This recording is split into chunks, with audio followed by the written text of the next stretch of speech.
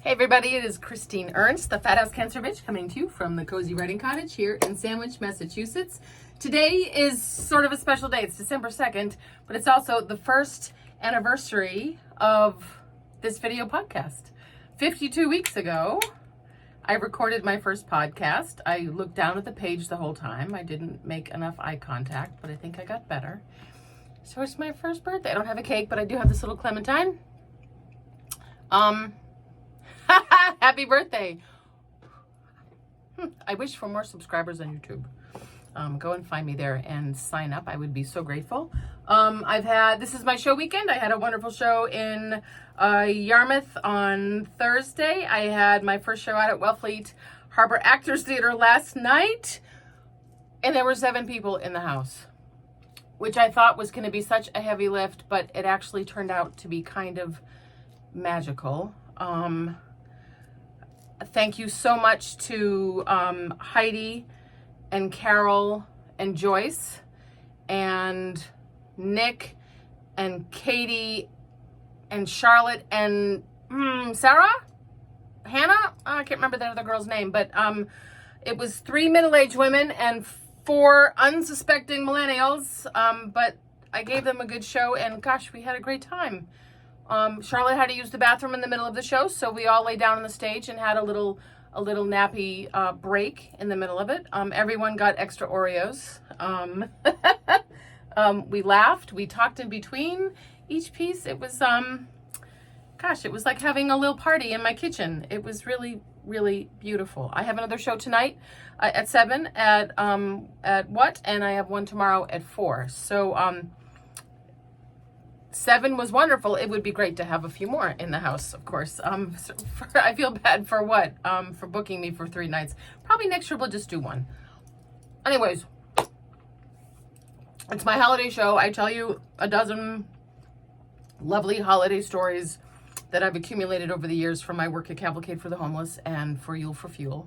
And I will be at Yule for Fuel back at What? Next Saturday, the 9th.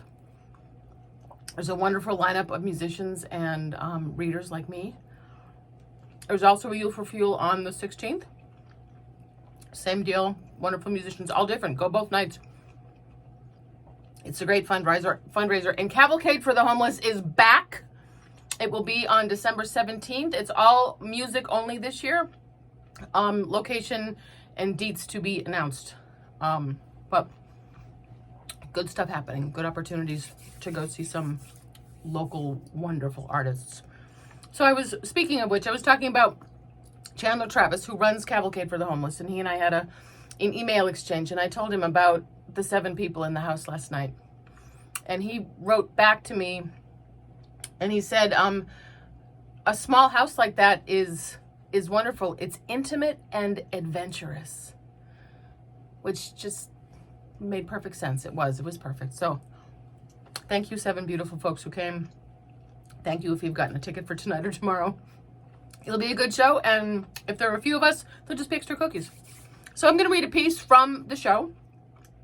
Apologies if you've heard it. If you heard it on Thursday or last night. And it's called Making Popcorn. So full confession, Julia and I have been watching Christmas movies since Halloween. There is basically unlimited content to stream. The classics, of course, The Grinch, Elf, the controversial Love Actually. Does it hold up?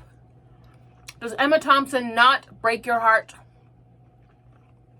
It's a Wonderful Life, Christmas in Connecticut with Barbara Stanwyck.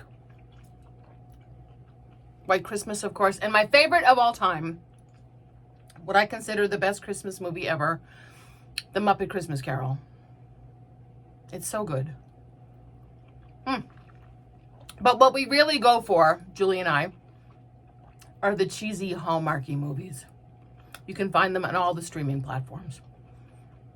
The Christmas Prince and all its sequels, for instance. The Christmas Calendar, Santa Girl, A Crown for Christmas, A Very Merry Mix-Up, The Holiday, the spectacularly awful A Castle for Christmas with Brooke Shields, worth watching for its awfulness. The even worse, A Timeless Christmas. The surprisingly wonderful Single All the Way. If you see no other Christmas movie this season, see Single All the Way. That is now a classic on our list. We'll see it every year. But notable exceptions aside, these movies are uniformly trite, tame, and formulaic. And so very comforting.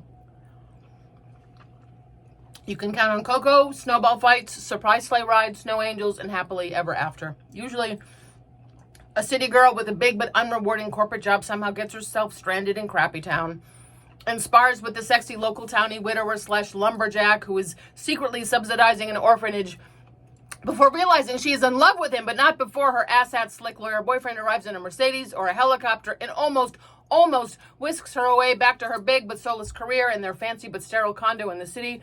But then the library catches fire on Christmas Eve, and she and sexy tiny widower lumberjack guy rescue children and old people and dogs together. She even runs back into the flames to grab the one existing copy of the children's book his grandmother wrote and dedicated to him, in which is hidden the long-lost deed to her farm that falls out on the sidewalk as our heroine is tearfully brushing the ashes from the cover.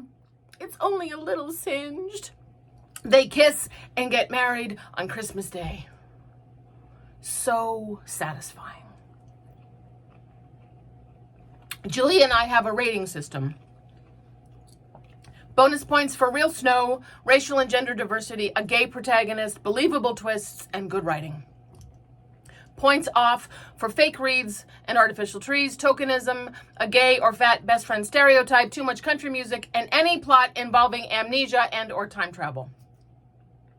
And we remove it from the watch list completely if it smacks of the Christian right. So you can skip Shoelaces for Christmas, A Christian Carol, and Christmas on Salvation Street. We light the cinnamon candle, curl up together on the couch, eat soup and popcorn, drink tea in our pajamas. It's so lovely. An escape. Not the dumb, soothing movie. It's groaning at the bad scripts with Julia. Julia shouting out the next line of dialogue because it's also predictable. Julia ducking under the Afghan when the kissing starts. Julia humming along with all the carols. Julia and I crying together at the end, even though the plot is so dumb. She's almost 15 now. Basically mortified by everything I do or say. But this annual tradition persists, and I am grateful for this sweet space with her. I hope there is some distant future December when I am old, where we are queuing up Single All the Way again, making popcorn, laughing on the couch.